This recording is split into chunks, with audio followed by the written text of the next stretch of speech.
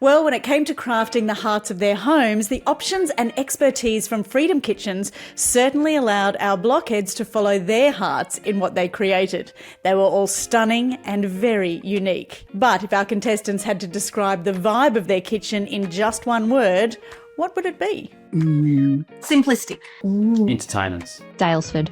Winning. Winning. One word is winning. That is it.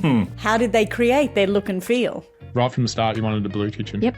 A Baltic blue kitchen from Freedom. It was a new colourway. So for me, Shell was creating interest with using different tones. So we had the Cora Winter Wheat and the Caribou Oak. So I was mixing those two tones. The toasted chestnut cabinetry, bringing a lot of warm walnut timbers. We wanted the Sienna Nordic Oak. We really wanted a country feel. What was the biggest lesson they learned about kitchen design? Well, you got to make sure that the grills all line up, right? Making sure that you get those measurements exactly